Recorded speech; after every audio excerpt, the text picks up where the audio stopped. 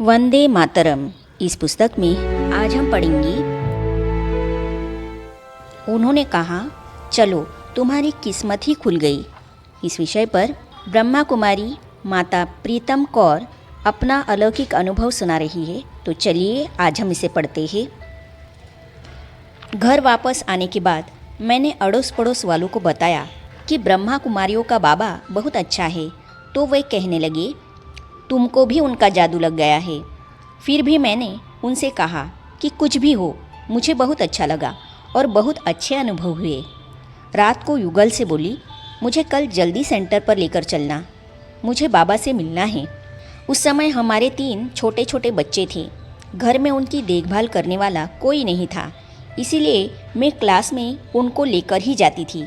Cycle पर ही पति मुझे और तीनों बच्चों को लेकर सेंटर जाते थे।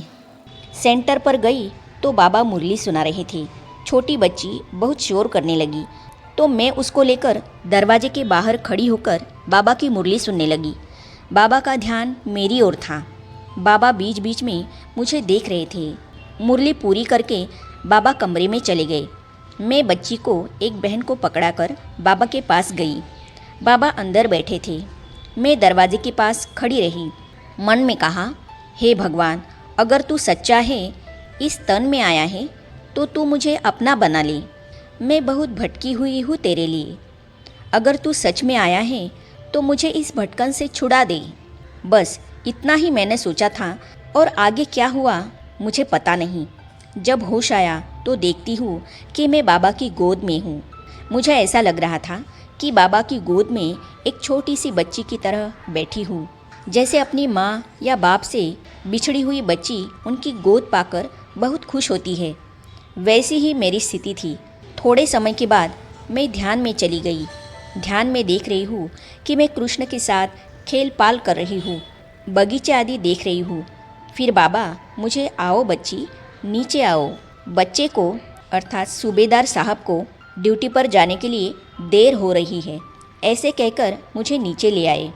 मुझे बहुत प्यार भरी दृष्टि और सेब देकर घर भेजा। घर जाते वक्त भी मुझे पूरा होश नहीं था। मुझे लग रहा था कि मैं वैकुंठ में श्री कृष्ण के साथ खेल रही हूँ।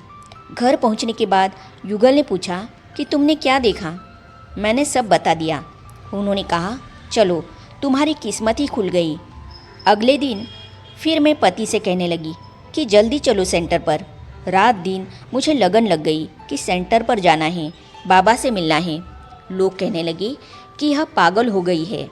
उस दिन भी मैं बाबा के पास जाकर बैठ गई क्लास में। बाबा ने जैसे ही मुझे दृष्टि दी, फिर मैं ट्रांस में चली गई। बाबा ने मुझे दिखाया कि यह पुरानी दुनिया जाने वाली है और ऐसी नई दुनिया आने वाली है, तुमको भी वहाँ जाना है। ऐसे साक्षात्कार से मुझे ज्ञान में निश्चय हुआ। एक दिन घर में बिस्तर पर लेटी थी। फिर मन में संशय आया। बाबा से कहा कि बाबा, आपने मुझे जो दिखाया है वह सच है या ऐसे ही मैं भ्रमित होकर भटक रही हूँ। फिर बाबा ने विनाश और स्वर्ग के दृश्य दिखाए और कहा, बच्ची, तुम बच्चों को ले जाने के लिए आया हो, बच्चों की आश पूरी करने के लिए ही आया हूँ। उसके बाद मैंने दृढ़ निश्चय किया कि दुनिया मुझे कुछ भी कहे, मुझे अच्छा लग रहा है, शांति मिल रही है, खुशी हो रही है। तो अभी मुझे किसी का कुछ सुनना नहीं है, मुझे इस मार्ग पर चलना ही है। रोज़ युगल के साथ क्लास में जाती रही। क्लास से आते ही मैं घर का दरवाज़ा बंद कर लेती थी ताकि कोई अड़ोस पड़ोस वाले मुझे उल्टा सुनाने के लिए आए नहीं। मैं तो ईश्वरीय नशे में ही रहती थी। जब मैं आश्रम पर जाती थी तो लोग मुझे देखकर हंसते थे, ताने मारते थे, पागल कहते थे, लेकिन मैं तो ईश्वरीय नशे में रहती थी। बाबा की याद में रहकर लोगों की बातों को सुनती ही नहीं थी। सुबह शाम दोनों समय हम दोनों क्लास में जाते थे। हमें ज्ञान में आए 5 साल हो गए थे। युगल का सर्विस में दिल नहीं लग रहा था तो मिलिट्री से सेवानिवृत्ति ली और कपड़े का व्यापार शुरू किया। ज्ञान में आने के बाद समाज वालों ने हमारे से संबंध तोड़ दिया, हमारे पास आना जाना बंद कर दिया, तो हमने भी उनके पास जाना बंद कर दिया। हमें इस बात का कोई अफसोस नहीं हुआ। हम तो बाबा की याद और सेवा में मस्त थे। ईश्वरीय सेवा अर्थ हैदराबाद की ओर। सन 1968 के अंत में साकार बाबा ने मेरे युगल को मधुबन बुलाया और कहा, बच्चे, हैदराबाद आंध्रा में बाबा का कोई सेंटर नहीं है। आप वहाँ अपना धंधा भी करो और बाबा की सेवा भी करो। फिर युगल अकेले हैदराबाद गए और कपड़े का धंधा शुरू किया। वे रहने के लिए कमरे ढूंढ रहे थे। एक मारवाड़ी बुढ़िया थी। उनके मकान में ऊपर का एक कमरा खाली था। युगल को देखकर उस माता ने कहा, आप हमारे पास ही किराए पर रहो और कहीं मत जाओ। पता नहीं बाबा ने उसकी बुद्धि को कैसे घुमाया था, उनको आगे जाने ही नहीं दिया। फिर उसी कमरे को किराए पर लिया।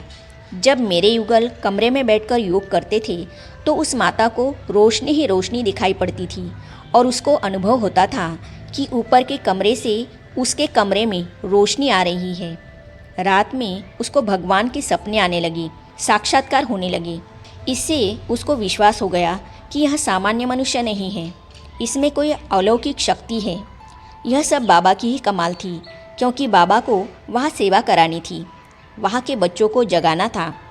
एक दिन वह माता ऊपर गई तो उस समय वे योग में बैठे थे। उन्होंने माता को अंदर बुलाया। माता ने पूछा, भाई साहब, आप क्या करते हैं?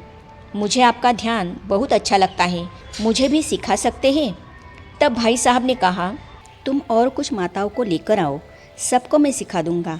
उसने मोहल्ले में, मंदिरों में जा जाकर लोगों को इकट्ठा किया और वहाँ ज्ञान का लंगर शुरू हो गया। क्लास बड़ा होता गया, स्थान कम पड़ने लगे, बड़ा मकान लिया गया। वह कम पड़ा तो उससे बड़ा मकान लिया गया। अभी तो आप देखते हैं कि शांति सरोवर बन गया है। यह सब बाबा की ही कमाल है। वह करण करावन हार है, वही सब करता है और कराता है। माताजी से प्रश्न पूछा, क्या आपने अपने रिश्तेदारों को ज्ञान नहीं सुनाया? तो इन अनुभवों को हम पढ़ेंगे अगली कड़ी में। तो ये जानने और पढ़ने के लिए इस चैनल को सब्सक्राइब करने के साथ ही साइड में जो बेल आइकॉन है उसे भी क्लिक कीजिए, ताकि आने वाली सभी वीडियो और अब तक की सारी वीडियो आप तक पहुंचती रहेगी। ओम शांति।